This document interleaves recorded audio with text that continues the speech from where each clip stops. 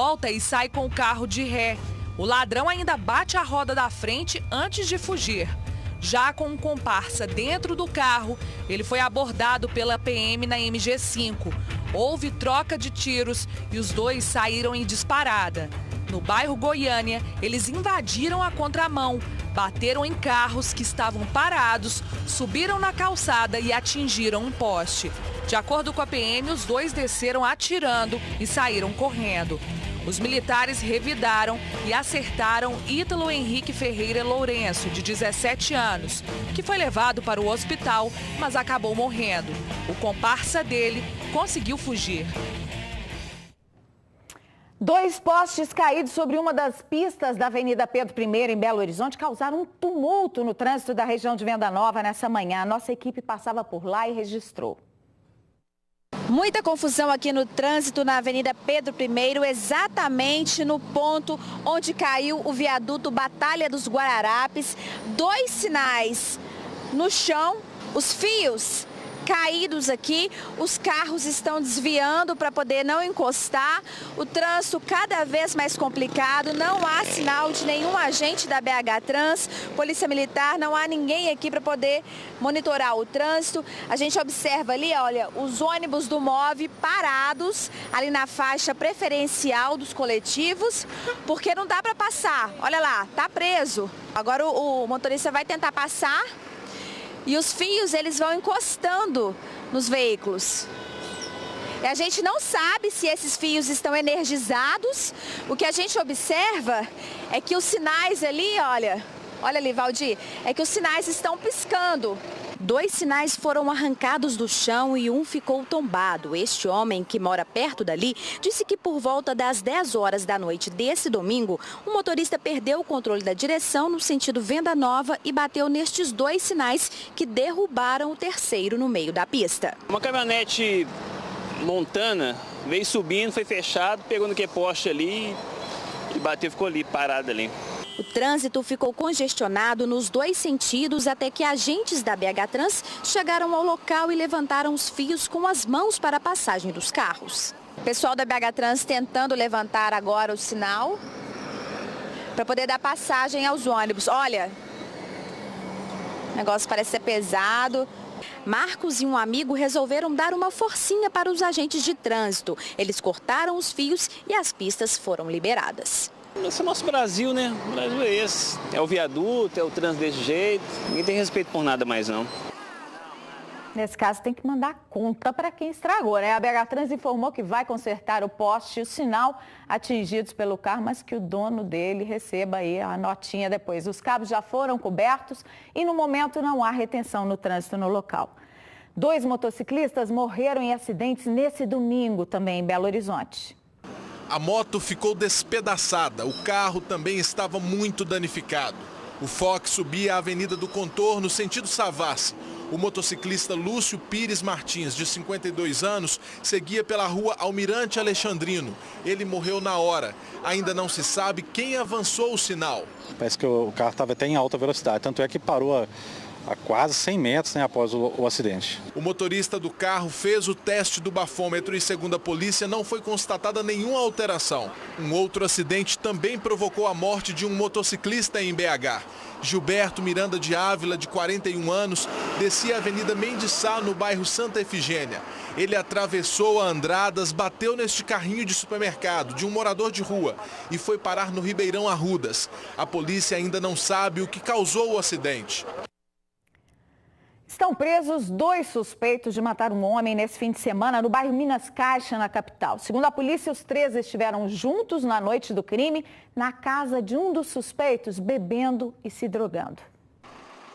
A vítima foi assassinada dentro desta casa com pancadas na cabeça. Segundo a polícia, Paulo Gonçalves Rosa, de 53 anos, passou a madrugada de sábado para domingo bebendo na companhia de Gilberto de Jesus Cardoso, de 35 anos, dono do imóvel, e de Paulo Silas Martins, de 42. Na delegacia, os suspeitos apresentaram versões contraditórias e não falaram nada sobre o motivo do crime. Um colocou a culpa no outro.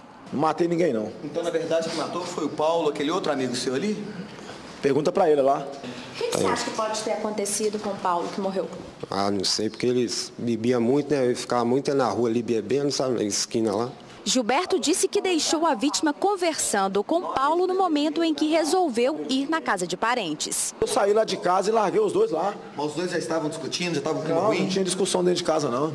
Mas Paulo negou sequer ter ido à casa de Gilberto. Eu só vi ele à noite, 9 horas da noite que eu vi. Tava eu e minha esposa, fomos comprar um lanche logo na esquina, lá na descida lá. Cheguei 9 horas da noite, aí eu vi ele subindo com a moto. De acordo com a polícia, Gilberto de Jesus Cardoso confessou para alguns parentes que havia cometido o homicídio. Familiares também contaram à PM que o homem pediu dinheiro ao pai dele para fugir. Ele acabou preso em casa. No momento ele mentiu, né? Mas depois conversando com ele, realmente confessou que cometeu homicídio, mas não relatou o motivo. Paulo Silas Martins também foi detido na casa dele. Abalados, parentes da vítima acompanharam a retirada do corpo. Bebida e droga sempre leva para essas fatalidades, né? Felizmente é assim. Um estudante de medicina mineiro de 19 anos morreu no Rio de Janeiro por suspeita de overdose de uma droga usada como analgésico. O corpo de Diogo Correia será sepultado no fim desta tarde no cemitério de Contagem, na Grande BH. O Diogo foi encontrado morto na manhã desse domingo em um hostel de Copacabana, zona sul do Rio. Segundo a Polícia Civil Carioca, a suspeita é de que ele tenha tomado oxicodona, o Oxy, que é esse analgésico aí muito vendido nos Estados Unidos e que teria sido fornecido por um estrangeiro para o Diogo. O estudante havia chegado ao Rio com 2 amigos na sexta-feira. Eles foram para a praia, onde teriam encontrado com um tal gringo que falava espanhol e ensinou como usar a droga por via anal. Segundo um dos amigos de Diogo, depois de introduzir a droga em si mesmo, o rapaz dormiu e não acordou mais. Um suspeito de tráfico foi preso na Pedreira Prado Lopes, em BH, com drogas, arma, munição, colete à prova de balas e farda. Ele cumpria pena pelo mesmo crime e estava em liberdade provisória. O Wellington Oscar de Oliveira, conhecido como Neguinho das Tranças, já estava sendo procurado pela polícia. Com ele, a PM apreendeu 100 pedras de crack, 4 porções de maconha, pinos de cocaína, esta pistola 635 e munição de .40. Os militares ainda encontraram um colete à prova de bala e esta farda, semelhante à que é usada pelo GAT. O homem nega que o material seja dele. Isso ali foi encontrada lá atrás de casa, não tem nada a ver comigo não, estava no outro terreno. Então nada ali é seu? Não, não tem nada meu ali. Inocente então? Com certeza. Uma parte da droga foi encontrada dentro da residência, dentro dos pertences dele, dentro do guarda-roupa, isso aí ele assumiu. Outra parte foi encontrada do lado de fora, numa área de tanque que tem, né, onde foi encontrado o colete, a farda, a arma de fogo. De acordo com a PM, Neguinho das Tranças já cumpria pena pelo mesmo crime e estava em liberdade provisória. Ele é apontado pela polícia como um dos principais traficantes da Vila Senhor dos Passos, na região da Pedreira Prado Lopes, em Belo Horizonte. Ele já é traficante de renome lá no aglomerado, já é conhecido da polícia. A gente tem informações de que ele é violento com os familiares, ele é violento até com os clientes, né, os supostos clientes que compram as drogas. Está preso, que fique por lá. Uma pessoa morreu e 2 crianças ficaram feridas num acidente nessa manhã na BR-381 em Sabará. De acordo com os bombeiros, elas estavam num carro que capotou depois de uma batida de frente perto do trevo de Ravena, sentido Belo Horizonte. O congestionamento na rodovia chegou a 5 quilômetros. Um mês depois de um homem morrer ao colocar a cabeça para fora de uma estação ser atingido por um ônibus do MOVE, o Jornal da Alterosa mostra que várias portas de estações continuam abertas o tempo todo. Outras que deveriam abrir com a chegada do coletivo ficam fechadas. Quem usa as estações do MOVE precisa tomar cuidados. Tem que tomar porque é perigoso, não pode colocar a cabeça para fora. Já tem um aviso de todo tamanho ali. Fica atrás da linha aqui, senão é perigoso, né? Ser acertado pelo ônibus, pelo retrovisor. Tem gente que se arrisca mesmo com os avisos para não se aproximar da plataforma. As pessoas ainda não têm o cuidado e chega a cabeça do lado de fora. Tem pessoas que entram por aqui aproveitando a abertura da porta. Em dezembro do ano passado, um passageiro que esperava o MOVE na estação São Francisco foi atingido pelo retrovisor de um ônibus ao botar a cabeça para fora da cabine. Ele caiu na pista e morreu atropelado. Um mês se passou e o problema continua o mesmo. As portas de algumas estações do MOVE seguem abertas o tempo todo. Elas só fecham se apertarmos este botão de emergência. No caso das estações, a maioria delas, as portas funcionam, só que, porém, os passageiros vão lá e apertam o botão para ver se o ônibus está chegando, eles reclamam que estão fazendo calor e outras coisas mais. Essa estação que eu trabalho aqui, as portas sempre funcionaram e, no caso, são os passageiros que abrem e o risco é próprio deles mesmo. Nesta estação, ela está fechada, mas também não abre, o que dificulta o desembarque dos passageiros. Infelizmente, não abre. Ou é pelo vandalismo ou pela falta de manutenção. Percorremos as avenidas Antônio Carlos e Cristiano Machado e observamos que o problema está em quase todas as estações. Mas a reclamação não fica só nas portas. Os monitores que registram a chegada e partida dos ônibus também atormentam os passageiros. Isso aqui é muito confuso, esse painel é muito confuso.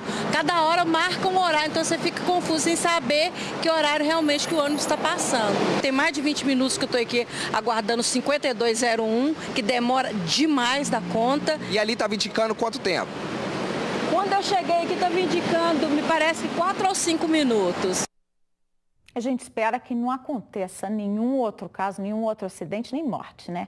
Esse caso que nós mostramos da estação está sendo investigado pelo delegado Pedro Ribeiro, da Delegacia de Acidentes de Veículos, que já ouviu testemunhas, está recolhendo imagens de câmeras da região para poder ajudar nos levantamentos. O Sindicato das Empresas de Transporte de Passageiros de BH informou que encontrou problemas em 200 das 480 portas de estações do MOVE.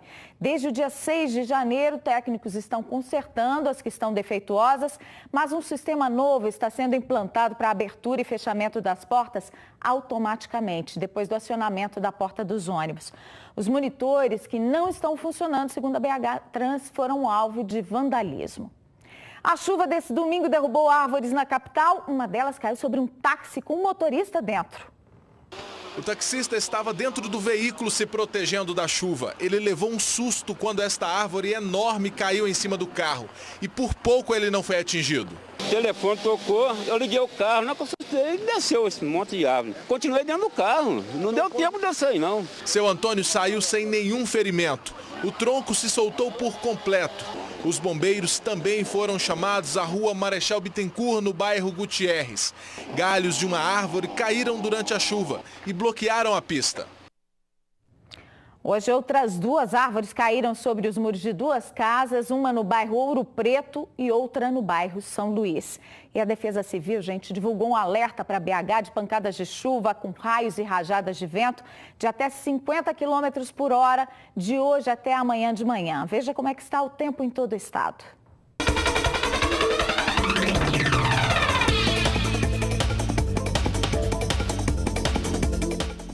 Segunda-feira de tempo nublado. Podem ocorrer pancadas de chuva no Triângulo, Centro, Sul, Campo das Vertentes e Zona da Mata. Na região metropolitana de BH, o céu fica parcialmente nublado.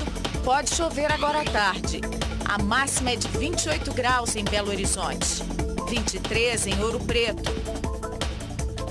Em Salinas chega aos 27 graus. Aos 26 em Três Marias e aos 25 graus em Montes Claros. Imagem ao vivo de Belo Horizonte, hoje com céu mais azul, poucas nuvens. No momento, a temperatura é de 27 graus, a umidade relativa do ar está em 54%. Morreu nesse domingo o ex-secretário estadual de Segurança Pública, José Rezende de Andrade, conhecido pela rédea curta contra a bandidagem. Mineiro de Caetanópolis, José Rezende tinha 89 anos, era produtor rural na região de Janaúba e também foi deputado federal. Ele ainda exercia a presidência do Hospital Felício Roxo, em Belo Horizonte.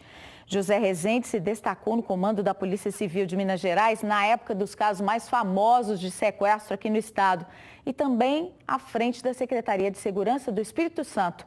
O corpo dele foi velado e cremado no cemitério Parque Renascer, em Contagem. Um ônibus foi incendiado nesse fim de semana em Itajubá, no sul do estado. Várias fachadas de casas foram atingidas pelas chamas. A polícia ainda não sabe qual foi o motivo. A preocupação era se algum morador estava em casa no momento do incêndio. Tem alguém na casa? Não tem ninguém na casa? O fogo tomou conta de todo um quarteirão. Em alguns momentos é possível ouvir pequenas explosões. No dia seguinte, o cenário ainda era de destruição. Muitos moradores faziam a limpeza das casas. Esta foi uma das mais atingidas. A sorte é que as chamas consumiram apenas parte da fachada. Seu José conta que assistia televisão quando tudo começou.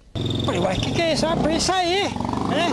Saiu onde aqui, tá pra pegar fogo. O incêndio também destruiu este carro que fica estacionado aqui na rua. Segundo a Polícia Militar, um homem exigiu que motorista e passageiros descessem do ônibus. Após isso, muito exaltado, ele colocou fogo em tudo. Este homem, de acordo com a Polícia Militar, estava armado com uma espingarda. A polícia identificou 2 suspeitos para o crime. A arma ainda não foi encontrada. A população do bairro está com medo. Muitos não quiseram falar sobre o assunto. Não houve comentário nenhum, ninguém sabe informar o que aconteceu.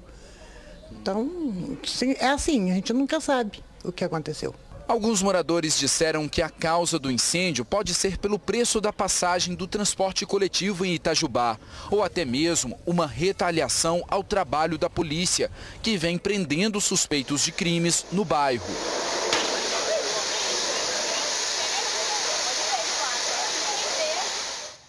Que absurdo, aí prejudica a população.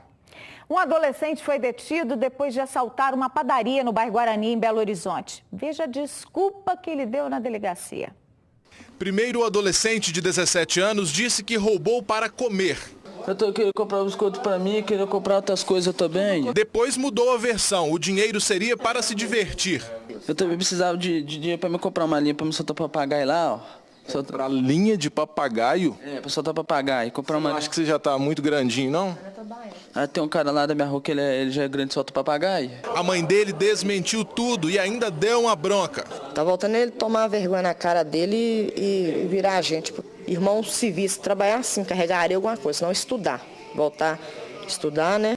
O garoto roubou R$ 129 e usou esta faca para ameaçar a funcionária da padaria. Chegou no caixa e já pediu dinheiro. Já levou a faca em mim e pediu dinheiro. Colocou a faca onde você? Assim, no rosto.